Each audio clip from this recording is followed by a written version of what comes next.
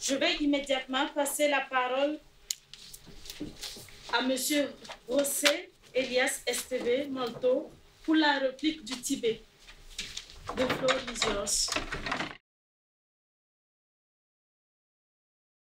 Well, in these 50 minutes, I will try to make some comments to different arguments that have been used by the distinguished representative of China.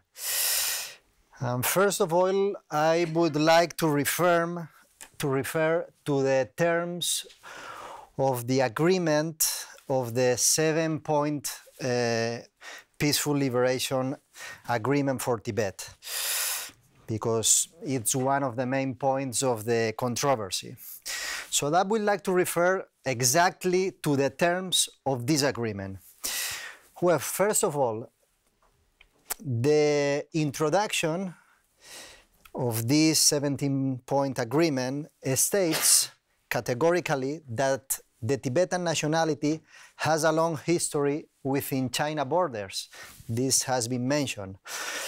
So if China's sovereignty over Tibet had been a clear and irrefutable fact, one may ask oneself, why was there this need to reach an agreement? It surprises that of all the different nationalities existing in China, and they have been mentioned here, negotiations were only held with the local government of Tibet. So it is also surprising that the Tibetan representatives are referred to as plenipotentiaries, a term not usually used for the delegates of a local government under the sovereignty of the same state. And similarly, it should be noted that different points in the content of the agreement recognize implicitly a different pre-existing situation. For instance, it has been also mentioned here. Point number 1 of the agreement states that the Tibetan people will return to the great family of the motherland, the People's Republic of China. So, which by necessity implies that Tibet was outside of China. In point number 4, declares that the central authorities will not modify the existing Tibetan political regime, nor the position, functions, and powers with which the Dalai Lama is currently invested, which presuppose that a political and governmental system existed in Tibet that was different to that in China. Moreover, according to point number 14 of this agreement, declares that the administration of all external affairs of the region of Tibet will be centralized, which is admitting again the existence and functions of the Tibetan Foreign Office, which was dissolved by express orders from the Beijing government years after. But also, the Tibetan government managed the defense of the country with its own army, as otherwise there would be no sense to have point number 9 in the agreement, which declares expressly, step by step, the Tibetan troops will be reorganized and integrated within the People's Liberation Army and form part of the National Defense Forces of the People's Republic of China. So, I think the terms of the same agreement invoked by China for the title of sovereignty is recognizing a pre-existing situation that appoints the Tibetan sovereignty. And moreover, there are other several points that China has not accomplished during all these years, because, for example, in between many of these points, it has been mentioned that the head of this local Tibetan government, the head will be the Dalai Lama. So how it's possible that the Dalai Lama, who is referred in the agreement as the head of the Tibetan government, now is considered a terrorist? So it makes no sense also.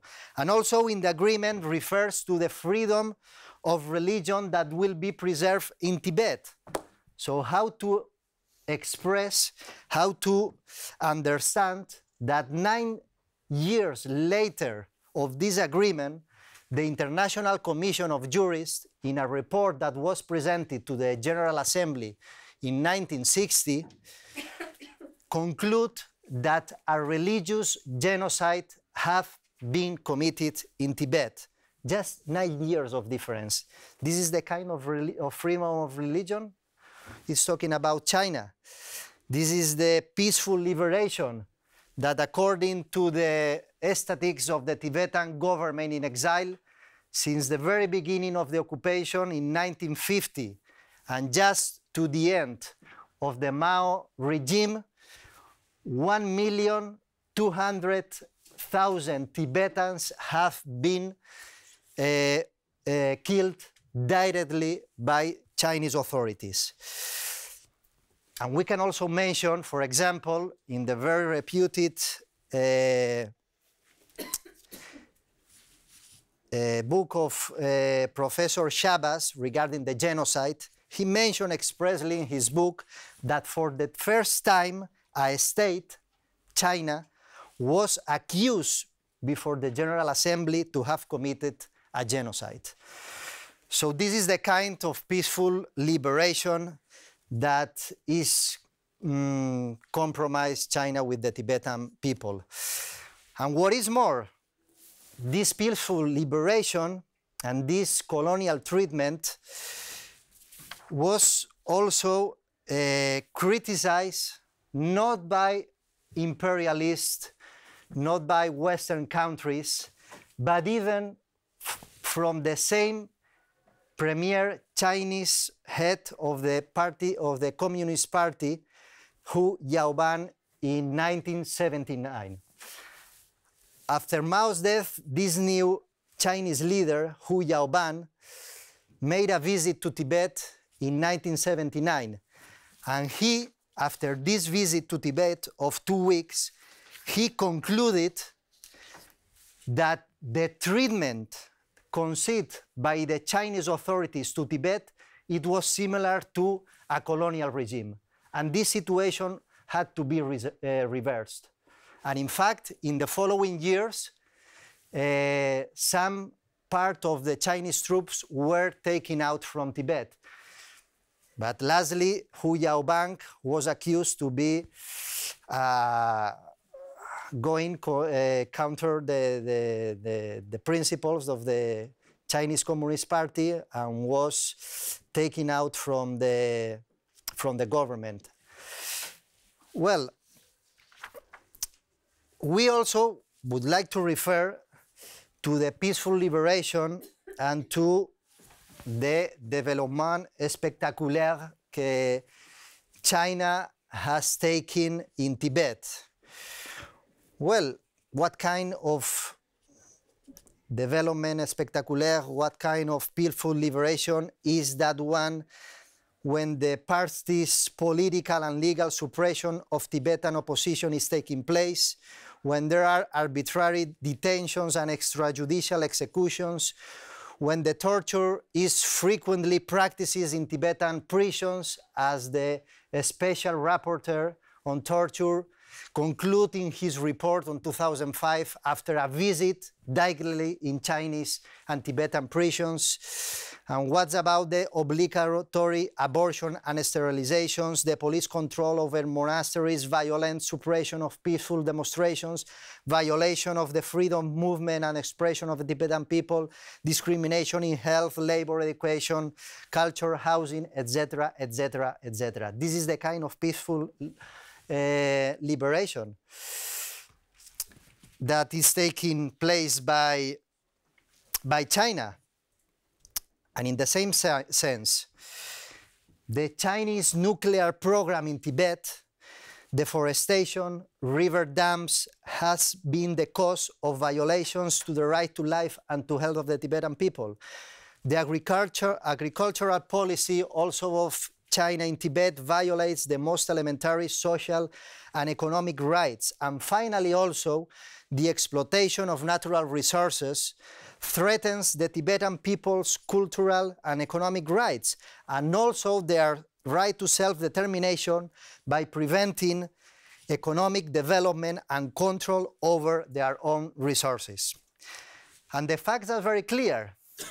And in this sense, if the situation of the Tibetan people is as good as the white papers of China claims, China should have nothing to fear in providing access to Tibet to UN independent observers, journalists, diplomats, or even impartial and independent judges like the Spanish judges who asked in 2009 to pay a visit to Tibet to investigate if the lawsuit of 2008 presented in the Spanish court that accused the Chinese leaders to have committed crimes against humanity, it was a reality or not.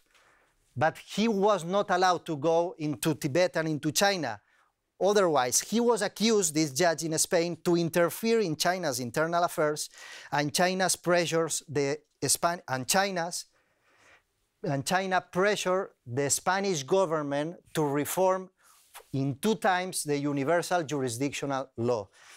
This point, this is a violation, and this is an intervention on the internal affairs of a democracy like Spain. The pressure, the argument of the 20% of the Spanish debt in hands of China, that the menace and the obligation to reform our internal law by China, this is an intervention in the internal affairs. And finally, to say, so it's very surprising that China still insists in calling the Dalai Lama a terrorist. This is very surprising, because not since the 87, when he proposed first in the US Congress, then in following year in the European Parliament, he proposed a peace plan that systematically has been rejected by China. But the Dalai Lama himself asked his Tibetan people to put down the weapons of all the guerrillas inside Tibet in 1970. Otherwise, he said that he withdrew from the head of the government in exile. And so it was done. So this is the terrorist who put an end to the guerrilla warfare in Tibet, who has proposed a peace plan in so many international forums. I think this is not a very logical argument of China in this sense.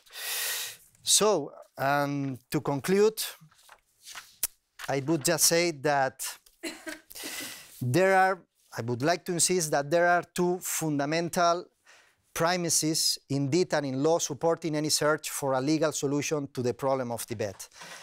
And firstly, that on the critical day of 1950, Tibet met, we have seen here, all the requirements of a state according to international law.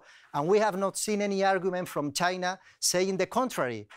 How to rebuke that they have their own government with their postal service, with the judicial system, and all these things that we have displayed here. And at the same time, and secondly, the Chinese administration in Tibet is that of a typical colonial government, despite its being labeled an autonomous regions. For these reasons, it would be incorrect to approach the question of Tibet, members of this tribunal, just from the perspective of human rights violations committed against a minority, while ignoring the components of occupation and foreign domination. And finally, I would like just to remember that international obligations do not apply only to China, only to states and international organizations. In this new era of globalization, with its single system of values, the political actors on the world stage are conditioned by market criteria set by transnational companies. And this being the case, I wonder if are the international mining and logging companies that are exploiting and benefiting from the Tibet's natural resources devoid of all responsibility? So could the investments of these transnational companies in Tibetan territory be declared illegal by, for example, this court for going against the most elementary demands of international law? So thanks so much for your attention. Thank you, sir. Nous donnons la parole à Madame le Conseil pour la duplique de la République populaire de Chine.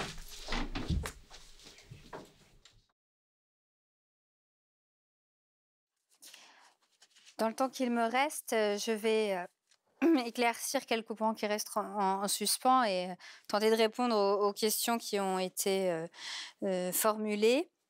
Alors d'abord concernant la qualité du Tibet en 1950 et la question de savoir si le Tibet était à l'époque un État souverain ou non. Je voudrais rappeler les trois éléments constitutifs de l'État, la population, le territoire et un gouvernement qui exerce sa souveraineté sur le territoire en question. Pour conclure qu'on ne peut affirmer aucunement que le Tibet répondait à ces conditions en 1950, pour la simple et bonne raison qu'il ne faut pas seulement un gouvernement, mais un gouvernement qui soit effectif.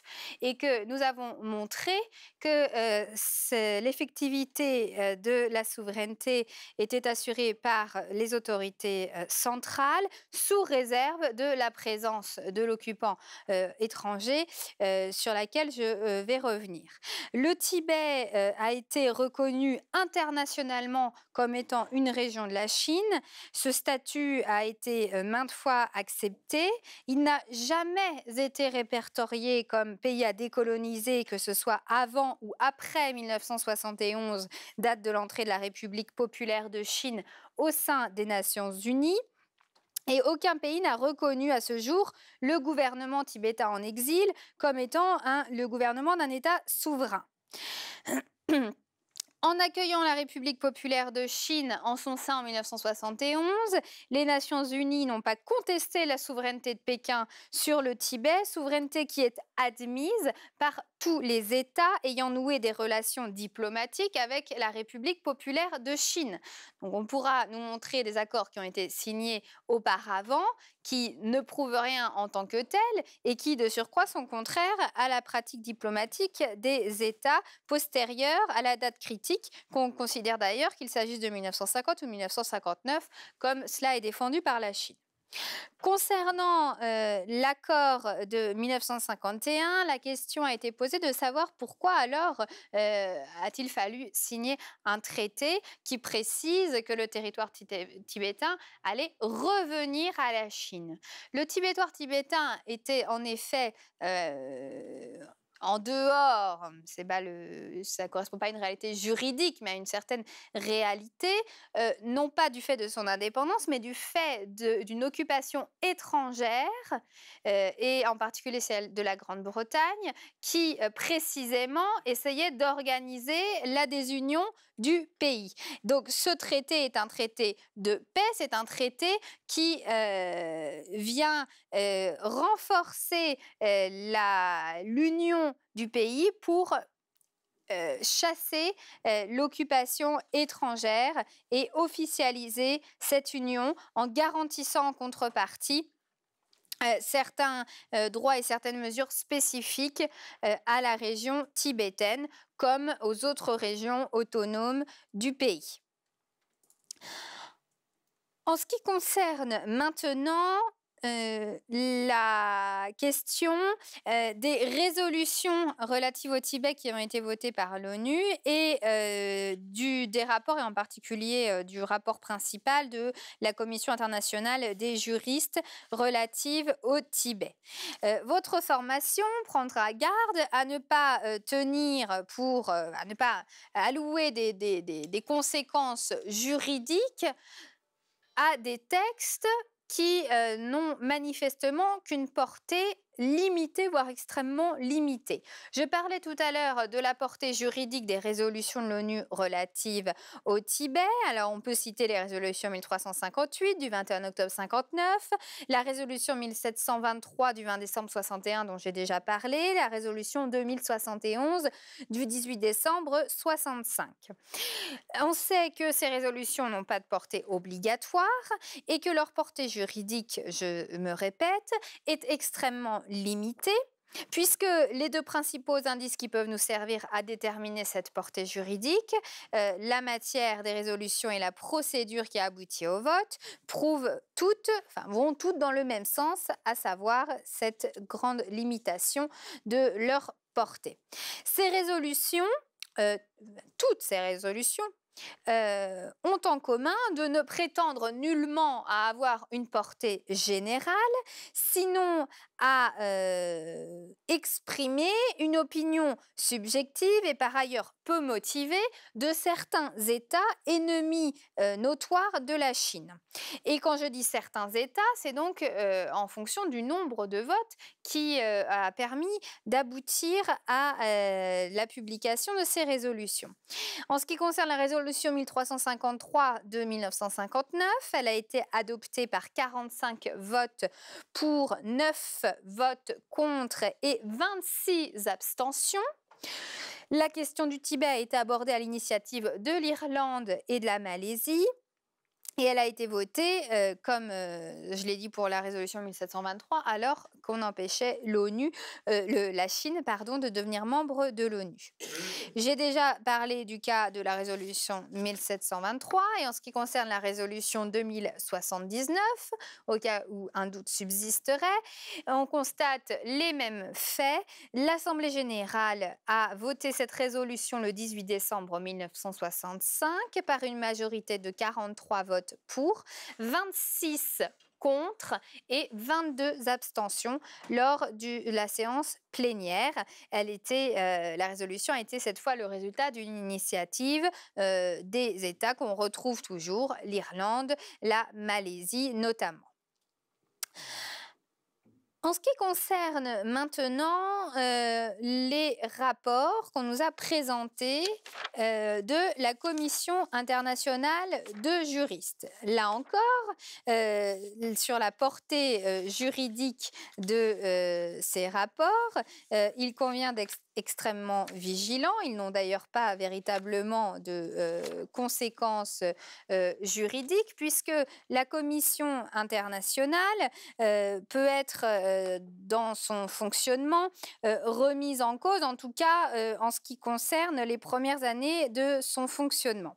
En effet, la Commission internationale de juristes est une organisation non gouvernementale. Il s'agit d'une ONG de défense des droits de l'homme qui a été créée en 1952, qui est composée certes de 60 juristes, magistrats et avocats, qui comprennent des membres de la magistrature et des barreaux d'États qui ne sont pas neutres dans cette affaire, puisqu'il s'agit avant tout d'États occidentaux, en tout cas lors de son fonctionnement.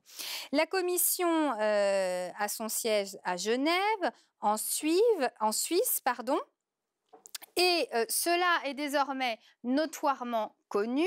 La Commission internationale de juristes était financièrement soutenue par la CIA jusqu'en 1967, de façon si secrète que la plupart de ses membres et responsables l'ignoraient.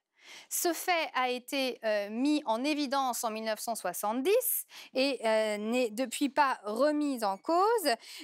Par conséquent, on prendra avec la plus grande méfiance en compte les rapports qui ont pu être publiés par cette ONG avant la date de sa mutation vers un organisme plus neutre. Ensuite, en ce qui concerne, pour conclure, hein, car je crois qu'il n'est pas vraiment question de s'apesantir plus sur les éléments que j'ai déjà invoqués. Concernant les activités du Dalai Lama, je me permettrai de, comment dire, d'aviser votre formation, d'avoir une vision éclairée de ce conflit et de ne pas s'en tenir à une vision particulièrement manichéenne et édulcorée d'un conflit où on voudrait nous présenter, pardonnez-moi l'expression, de gentils bouddhistes pacifistes qui n'auraient jamais recours à la violence, puisqu'il suffira de se pencher sur les détails des actions qui ont été menées pendant la rébellion, voire de regarder certains crimes atroces commis à l'heure actuelle dans certains pays d'Asie pour constater qu'il faudra regarder tout cela avec un peu plus de détails et d'éclairage. Je vous remercie. Merci Madame le Conseil. Y a-t-il une question? Je passe la parole à Madame l'arbitre Mako qui a une question. Merci Madame la Présidente. Merci pour votre intervention. Vous avez déclaré que tous les États qui ont des relations diplomatiques en fait, avec la Chine ont reconnu la souveraineté de la Chine sur le Tibet. Il me semble pourtant que certains États reçoivent le Dalai Lama comme représentant du Tibet. Donc, est-ce que vous avez des exemples peut-être de reconnaissance explicite par les États? Voilà. Justement, je n'ai pas d'exemple de reconnaissance explicite puisque les États ne reçoivent jamais le Dalai Lama en tant que chef d'État, mais en tant que leader d'une communauté culturelle, culturo-religieuse. Et que par conséquent, cela ne peut en aucun cas être interprété comme la réception d'une visite officielle, la reconnaissance d'un État souverain, sous peine de mener à mal les relations qui existent avec le gouvernement chinois. Ce que se gardent de faire la plupart des partenaires économiques et politiques amis de la Chine. Merci Madame le Conseil. Je vous remercie. Ceci nous amène donc à la fin de cette audience consacrée aux plaidoiries des parties. Le tribunal tient à remercier le Conseil des parties pour l'assistance qu'ils ont apportée à ce tribunal par leur exposé oraux. Le tribunal tient également à remercier le Centre de droit international et particulièrement M. Vincent Chapeau pour son investissement et son dévouement, ainsi que toutes les personnes qui ont permis d'organiser une expérience aussi passionnante. Le tribunal se retire à présent pour entamer ses délibérations. Les parties seront informées de la date à laquelle le tribunal donnera lecture de sa sentence. Merci. La séance est levée.